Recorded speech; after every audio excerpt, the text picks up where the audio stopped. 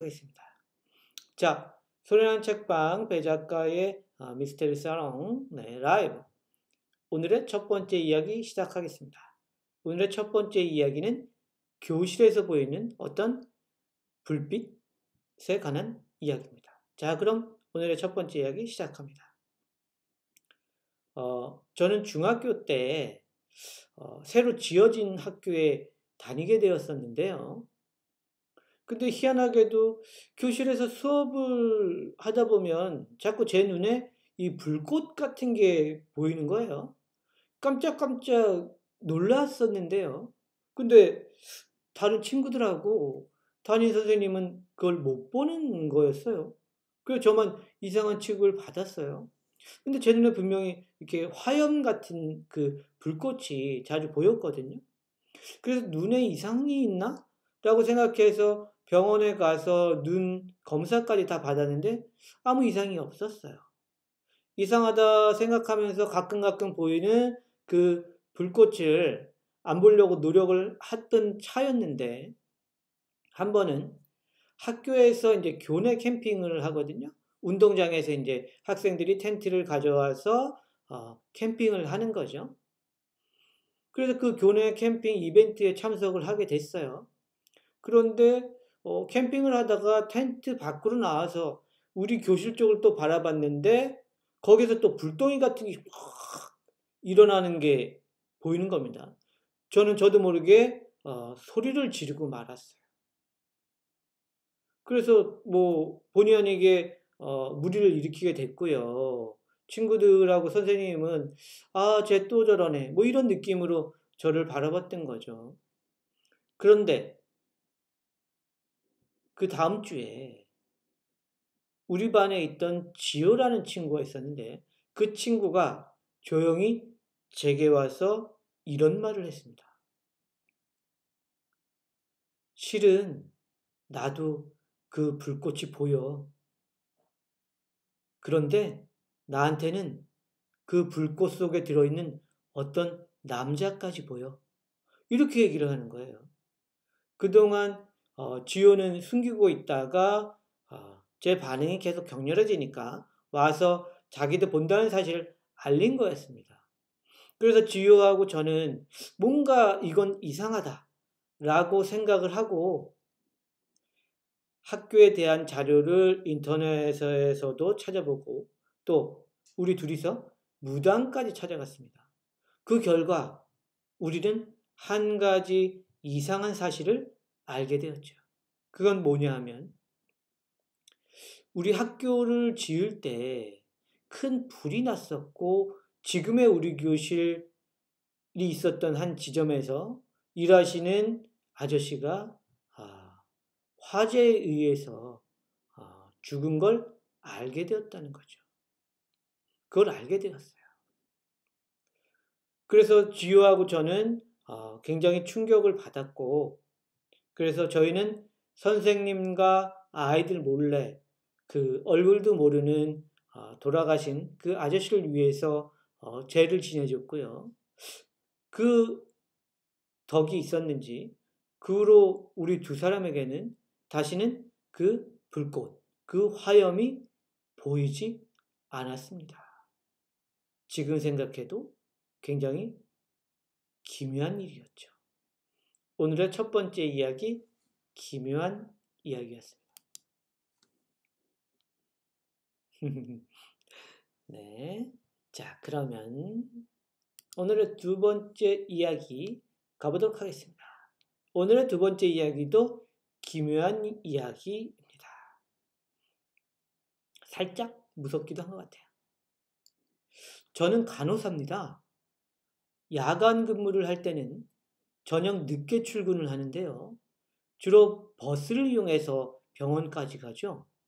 그런데 요 며칠 야간 근무를 하러 가면서 눈에 띄는 할아버지가 있어요. 그 할아버지는 늘 버스 정류장 벤치 끝에 앉아서 버스를 기다리십니다. 늘 같은 자리에서 멀리서 오는 버스만 기다릴 뿐 좀처럼 버스에 타지는 않으세요. 이상한 생각에 하루는 출근하다 말고 오지랖이긴 하지만 할아버지한테 말을 걸었어요. 할아버지, 도대체 여기서 맨날 무슨 버스 기다리세요? 이렇게 물어보니까 할아버지는 흠칫 놀라더니 신경 쓰지 말아요. 내가 따로 기다리는 버스가 있으니까. 이렇게 말씀하시는 거예요. 근데 제가 생각하기에는 할아버지가 기다리는 버스는 없는 걸로 보입니다. 늘 같은 자리에 앉아 있었으니까요. 그래서 조금 더 캐물었습니다. 몇 번인데요? 이렇게요. 아무래도 안 다니는 버스를 기다리시는 것 같은데요. 이렇게 물으니까 그제야 할아버지는 귀찮다는 듯 저를 빤히 보시는 겁니다. 무당이슈 혹시? 이렇게 물어보는 거예요. 혹시 무당이냐고 물은 거죠? 아니요, 전 간호사인데요. 이렇게 이야기하니까 할아버지가 그런데 무당도 아니면서 어떻게 날 알아볼 수 있지? 라고 말씀을 하시는 겁니다. 그 제가 의아한 눈빛을 보냈더니 할아버지가 난 죽은 사람이야. 이제서야 저기 오는구만. 이렇게 말씀을 하시는 겁니다. 도대체 저는 무슨 말씀을 하시는지 이해할 수 없었어요. 그래서 할아버지가 보시는 쪽을 같이 쫙 바라다 보니까 허공에 살짝 뜬 검붉은 버스가 굉장히 빠른 속도로 무섭게 정류장 쪽으로 다가오는 것입니다. 할아버지가 저한테 강하게 이야기를 했죠. 산 사람은 얼른 비켜나시오. 혹시라도 딸려 들어가면 큰일이니까.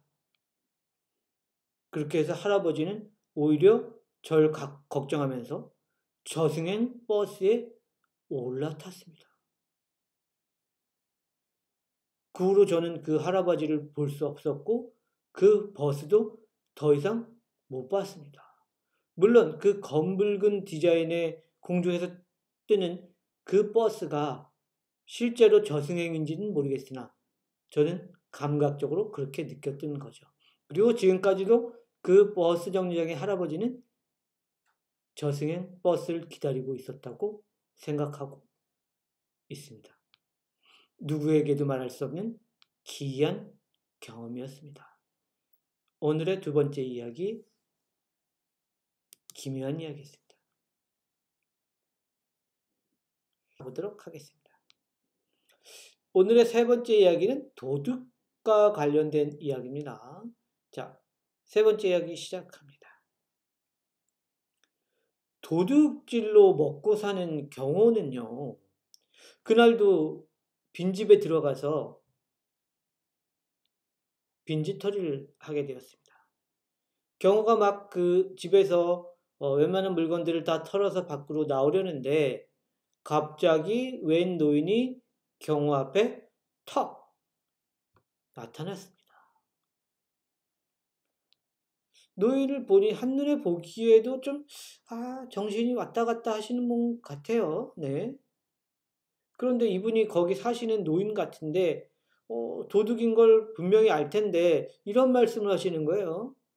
에이구, 정작 중요한 건 안 가져갔네. 이렇게 말씀을 하시는 거예요.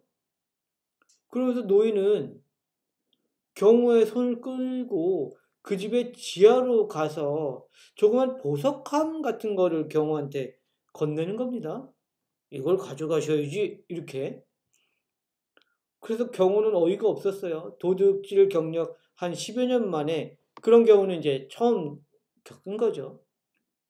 그래서 경호는 어쨌든 뭐 미친 노인 덕분에 횡재를 했다고 생각을 했습니다. 그래서 경호는 보석함을 챙겨서 도망을 쳤죠.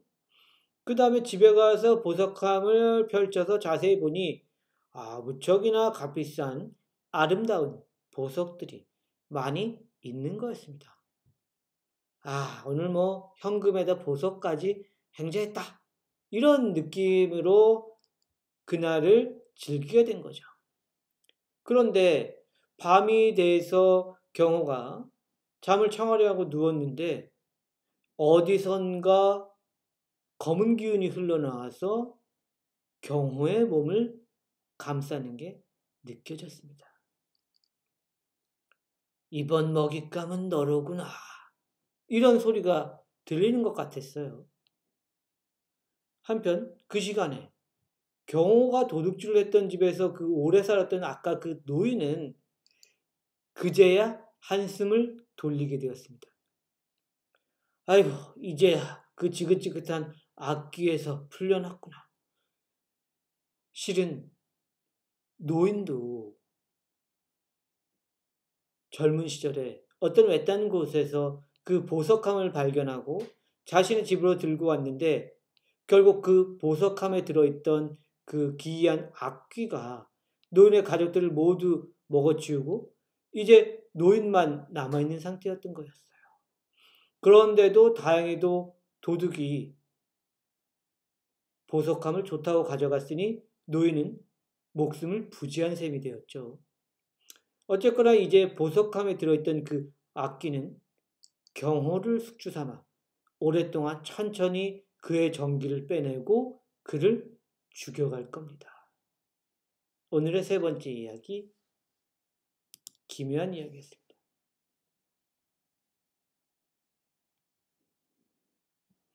자, 오늘의 네 번째 이야기입니다. 오늘의 네 번째 이야기는 후드티만 입는, 이 모자 달린 옷만 입는 여자친구와 관련된 이야기입니다. 무서운 이야기고요. 지금부터 오늘의 네 번째 이야기 시작하겠습니다. 정규는 공원에서 산책을 하다 분홍색 후드티를 입고 달리기를 하는 지윤을 발견을 했어요. 그 모습이 너무나도 청순하고 아름다워서 정규는 한눈에 반하고 맙니다. 모든 것이 환상적이었죠. 그야말로 만화를 찍고 나온 그 아름다운 외모와 목소리, 또 그리고 좋은 성격까지 모든 것이 정규의 마음에 들었습니다. 그래서 오래지 않아 정규는 지윤과 사귀게 되었고요. 그런데 한 가지 정규한테는 불만이 있었어요. 이 지윤이 늘 그 모자 달린 그 옷, 후드티로 머리를 이렇게 가린 채로 늘 데이트를 나오는 거예요. 그러니까 거의 이제 이렇게 앞 얼굴만 보이는 거죠. 뒤 머리통은 안 보이는 겁니다. 네. 근데 뭐 사람의 욕심이 끝이 없다고 그렇게 늘 모자를 써서 완벽히 뒷머리랑 뒷머리통을 가리는 그녀의 모습이 좀 답답하기도 했었고 완벽한 그녀의 그 실제의 모습을 보고 싶었던 거예요. 모자 쓴 모습이 아니라. 그래서 후드티에 달린 모자 그것 좀 벗으면 안 돼? 뭐 이런 요구를 했는데 웬만해선 이제 벗지 않으려고 하는 겁니다. 그래서 뭐지? 머리에 상처가 있나? 아니면 머리 뒤통수가 정말 못생겼나? 아니면 설마 탈모? 뭐 이런 생각까지 했어요. 그래서 정규는 계속 궁금한데 참다 못 참으면 또 이야기하고 그랬어요. 그 와중에 그녀가 정규를 집으로 초대했습니다. 그래서 정규가 그녀의 집으로 갔는데 이게 웬일입니까? 가족 모두가 후드티를 입고 있고 다 이렇게 뒤집어 쓰고 있는 거예요. 정규는 자신도 모르게 킥킥 웃고 말았어요. 왠지 할아버지, 아버지 그리고 지윤 그리고 지윤의 동생들까지 어린 동생들까지 그렇게 똑같이 입고 있는 게 굉장히 순간적으로 웃겼던 거예요. 네, 예상치 못한 광경이었기 때문이었겠죠. 그러니까 지윤의 아버지가 좀 불쾌하셨는지 왜 웃지? 뭐 이런 식으로 이제 물어보시고 정규는 당연히 죄송합니다 라고 이렇게 대답을 했어요. 그러면서 실은 지은이의 후드티의 모자를 벗은 모습을 보고 싶습니다 라고 이야기를 했습니다. 그러니까 그 아버지가 자네 감당할 수 있겠나? 뭐 이런 식으로 물어본 거예요. 네. 그래서 너무너무 진지하게 이야기해서 도대체 왜 그러지라고 생각하면서도 어, 정규는 너무너무 그녀의 모습을 보고 싶었기 때문에 고개를 끄덕였습니다. 그러자 가족이 모두 후드티의 모자를 뒤로 제끼고 뒷 머리 쪽을 정규에게 보여주었습니다. 끄악! 정규는 경악하고 말았죠. 지윤을 포함한 모든 가족의 뒷머리 통이 움푹 안쪽으로 패여져 있었고요. 핏줄이 선명한 그 머리 내부의 모습이 그대로 보였고 금방이라도 피가 쏟아져 나올 것 같은 그런 기괴한 모습이었습니다. 정규는 너무너무 놀라서 당신들 누구야? 이렇게 물었죠. 그리고 그 괴이한 가족들한테 정규는 도망치려고 했지만 그들에게 잡혀 결국 그들과 똑같은 형태로 머리통이 변하고 말았습니다. 결국 절단을 당한 거였죠. 그래서 그 후로 그는 사람도 귀신도 아닌 괴물이 돼서 그 가족들과 같이 후드티를 입고 돌아다니게 되었습니다. 그리고 정규도 지훈이 그랬던 것처럼 또 다른 재물을 찾아서 어딘가를 헤매고 있었죠. 오늘의 네 번째 이야기, 무서운 이야기였습니다. 네. 자, 오늘의 다섯 번째 이야기고요. 구두수선하는 어떤 노인에 관한 이야기입니다. 자, 지금부터 시작하겠습니다. 오늘의 다섯 번째 이야기입니다. 네. 제가 90년대에 겪은 일입니다.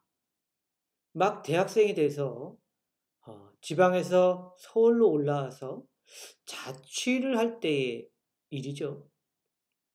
옥탑방에서 살던 저는 학교에 가려면 동네 골목으로 나가서 큰 도로로 가서 버스를 타야 됐는데요. 그 큰 도로 옆에 구두를 수선하는 큰 부스가 있었습니다. 박스 같은 게 있었던 거죠.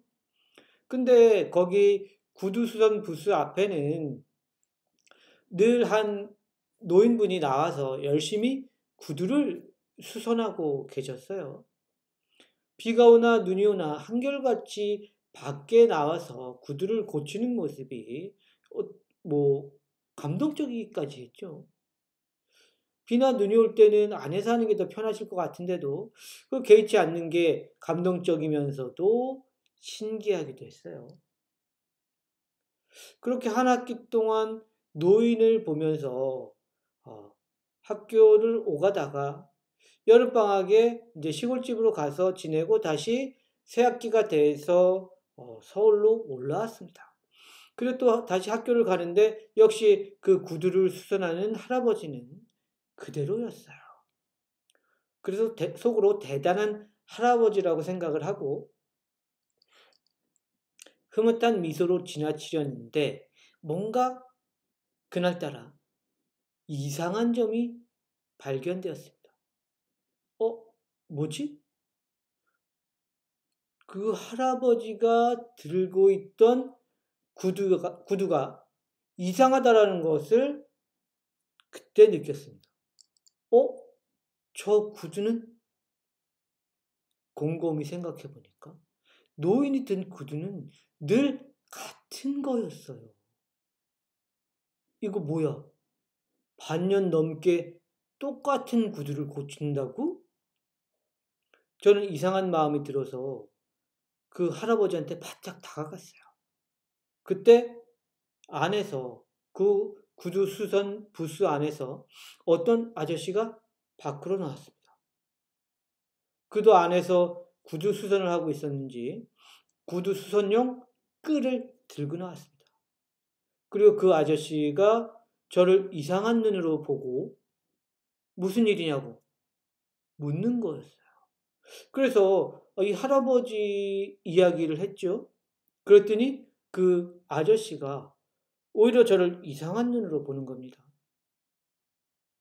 그럴 리가 없는데 학생? 여기는 우리 아버지가 운영하다가 나한테 넘긴 곳인데? 그러면서 저를 뚫어지게 봤습니다. 그래서 이분이 무슨 소리 하시나? 하고 그 할아버지를 다시 딱 봤는데 할아버지의 모습이 보이지 않았습니다. 그래서 제가 완전히 넋이 나간 표정이 되었죠. 그러자 그 구두부스 안에서 나온 그 아저씨가 뭔가 짐작되는 게 있는지 제가 본 할아버지의 외모를 물어보는 것이었습니다. 그래서 저는 좀 전까지 보이다가 갑자기 사라진 할아버지의 그 모습을 이야기했고 그 모습을 듣던 그 아저씨는 갑자기 눈물을 흘리시는 거였어요. 좀 쉬시지. 돌아가신 지 3년이 넘었는데도 여기를 못 떠나고 여전히 구두수선을 하시다니. 이렇게 중얼거리는 거였습니다. 저는 돌아가신 그 할아버지의 영혼을 받던 거죠. 저는 무섭기도 하고 한편으로는 슬프기도 한 마음이 되었어요.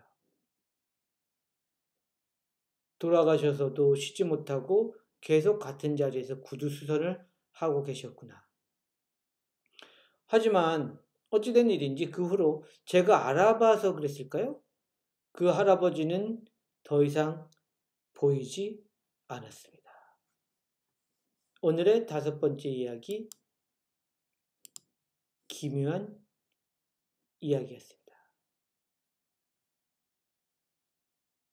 그러면은 오늘의 6번째 이야기 한번 가볼까요? 오늘 6번째 이야기는 실화고요. 네. 오랜만에 참 예전에 어이없는 죽음 시리즈를 했었는데 오랜만에 실화 어이없는 죽음, 기이한 죽음을 하도록 하겠습니다. 자, 오늘 6번째 이야기 실화입니다. 미국 워싱턴에 사는 필립이라는 이름의 24살의 청년이 있었어요. 이분은 2000년대 초반에 그 라바램프를 히터 위에 올려놓다가 그만 그것이 폭발을 하고 맙니다. 이 라바램프는 1963년에 메스모스라는 조명회사를 운영하던 영국의 한 사업가 에드워드 워커라는 사람에 의해서 발명된 장식용 램프인데요. 요즘엔 블루투스 스피커에도 적용이 되는 깜빡거리는 기하학적 문양들이 왔다 갔다 하는 램프입니다. 아마 아시는 분들 꽤 계실 거예요. 라바램프. 제가 보니까 요즘에는 해파리 같은 형상이 왔다 갔다 하는 것도 있더라고요. 아무튼 그것이 히터의 열 때문인지 그 라바램프가 펑 하고 폭발하고 만 것이었어요. 그 바람에 방 안에 그 라바램프의 파편이 튀게 되었고요. 이 필립이란 분은 그만 운이 없게도 그 파편 중 하나에 심장을 맞고 쓰러지게 됩니다. 그런데 죽을 운명이었을까요? 그 파편은 필립의 심장을 관통했고요. 그는 너무나도 안타깝게도 죽음을 맞게 됩니다. 정말로 기이하고 운 나쁜 죽음이 아닐 수 없죠. 네. 늘 우리 가까이에 죽음이 있다라는 생각이 드니 네, 조심해야겠다는 생각도 했습니다. 오늘의 6번째 이야기 실화였습니다. 마지막 이야기까지 왔네요. 자, 오늘의 7번째 이야기는 성형과 관련된 이야기입니다. 자, 오늘 7번째 이야기 시작하겠습니다. 미지는 성형을 했습니다. 온몸을 다 했죠. 당연히 예뻐지고 싶었기 때문입니다. 오랜 수술 끝에 그녀는 집으로 돌아와 휴식을 취하고 그리고 몸조리를 한 후에 드디어 밖으로 나가서 사람들의 반응을 살피게 되었습니다. 근데 너무너무 예쁘게 성형을 했다고 생각했는데 이게 무슨 일입니까? 사람들이 예전과 마찬가지로 그녀를 본 척도 안 하는 거예요. 학교 다닐 때 늘 예쁜 친구와 지나다니면 예쁜 친구한테만 사람들의 시선이 가서 그게 너무 셈이 나고 했었는데 이제 그런 일이 없을 거라 생각했는데 아무도 자신을 쳐다보지 않는 거였습니다. 이상하다. 이렇게 예뻐졌는데 아무도 나를 안 쳐다본다고? 이상하다고 생각하면서 길을 걷다가 한 남자를 만나게 됐어요. 그런데 그 남자는 미진을 알아보고 바로 미진에게 너무너무 예쁘세요. 아름답습니다. 라고 치켜 세우는 겁니다. 그래서 미진은 드디어 성형한 효과가 있구나 라고 생각해서 그 남자와 대화를 나누게 되었어요. 그런데 그 남자와 이야기하다가 미진은 놀라운 사실을 알게 되었는데요. 그 남자가 미진한테 이렇게 얘기하는 겁니다. 우리가 이렇게 죽어서 만났지만 이것도 인연인데 잘 지내봅시다. 이런 식으로 이야기를 하는 거예요. 그래서 이 사람이 무슨 이야기를 하는 건가? 라고 생각을 하고 지나다니는 사람들한테 달려가서 체크를 해봤는데 정말로 그 남자가 이야기한 대로 자신은 죽은 사람이었고 자신의 몸이 지나가는 사람들의 몸을 뚫고 다녔었던 거죠. 여러 번 확인해 본 결과 미지는 그제야 자신이 성형 수술을 하다가 죽었고 그 남자 진호 또한 제명에 못 산 귀신임을 알게 되었던 거죠. 결국 미지는 성형을 하다 죽었음에도 자신이 수술이 잘못돼서 죽었음에도 자신이 죽은 사실을 모르고 밖을 나돌아다녔던 거죠. 그제야 사람들이 자신을 냉대한 것이 아니라 몰라보았다는 것을 알게 되었습니다. 그런데 미진도 한이 남아있던지라 그녀도 결국 그 남자 진호와 함께 저승사자를 피해서 세상을 떠돌게 되었습니다. 오늘의 마지막 이야기, 기묘한 이야기였습니다.